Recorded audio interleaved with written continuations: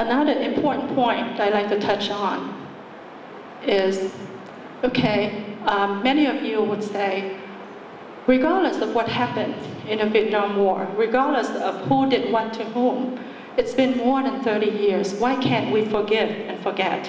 Why can't we just move on and help the Vietnamese government today build a better Vietnam? My answer is, of course, this community, the free Vietnamese community around the world, in Australia, in US, in Canada, elsewhere, would love to do that. Had it been the case that the current government in Vietnam has a genuine interest in getting our help to build a country.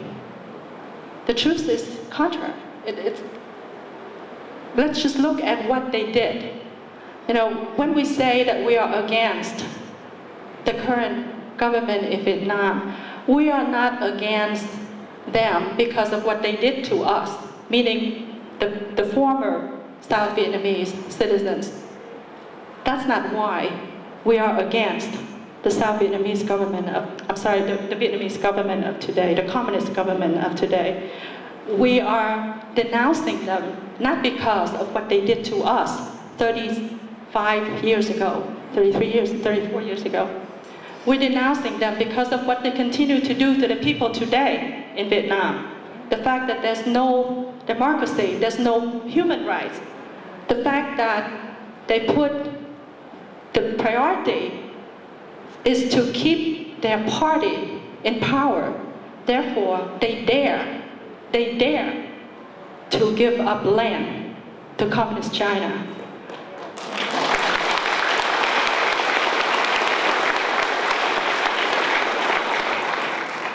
To understand how outrageous that is, you have to know Vietnamese history, and I urge you to do that.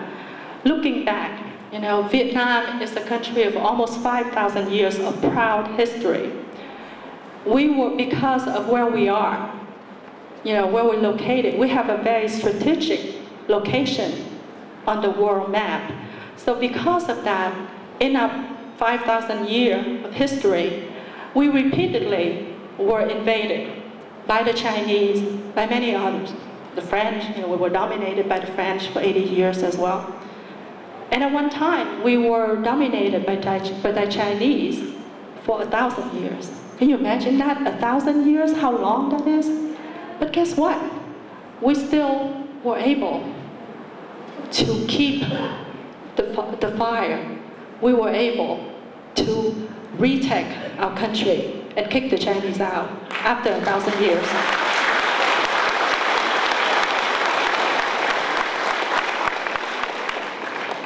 Let's talk about the Mongolians. As we all know, the Mongolians are the most feared conqueror in the world.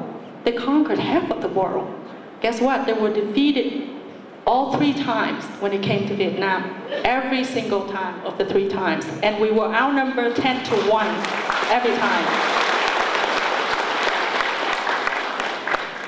But because of that long history of always, constantly have to defend our land, our small land, our tiny land, that the Vietnamese become a fiercely patriotic people, that we care so much about our land because our ancestors had to die, had to sacrifice year after year, even in the case of 1,000 years under Chinese domination, in order to get back that precious land. So that's why it is so outrageous when the Communist Party of today would just simply freely give away that hard-earned land to Communist China. That's why it is so outrageous. That's why it is such a sin that they did that, just so that they could stay in power. That's why we are denouncing the current government of Vietnam. I repeat, not because of what they did to us in the Vietnam War, just like everybody said, it's done with, over with, but because of what they continue to do today. Giving up land, crushing any democratic movement, any voice, asking for the basic human rights. There's a policy called Hồng Hân Chuyên, which means that the thing that they value most is loyalty to the party. That's it. So no matter how talented you are, no matter how compassionate you are, no matter how patriotic you are, but if you're not loyal to the Communist Party, you're not going to be utilized. I ask you, what kind of government that turn away from talents? If that's the case, obviously they have no genuine interest in building Vietnam, in helping the country. That's why we say we don't want to cooperate. That's why we say we don't want to work with them, because they have no genuine interest.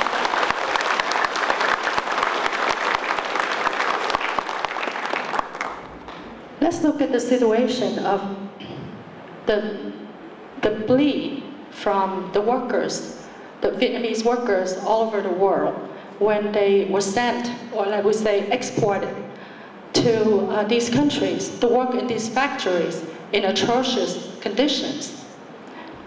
A lot of Vietnamese workers were raped, beaten, maltreated by their employers, these foreign employers.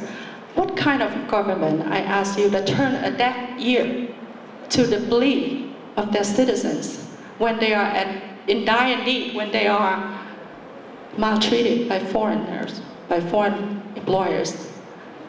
That's why we're denouncing the current government of South Vietnam.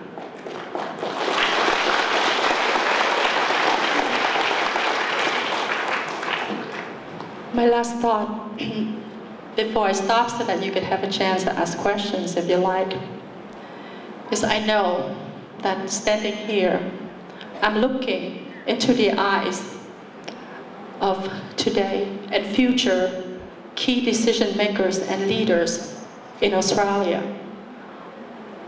I would like to ask that as you go on in your profession, as you become successful in your endeavors, please remember the 85 million Vietnamese in Vietnam today who are still in desperate need of the things that we here take for granted, such as freedom, such as the most basic rights of a human. Thank you.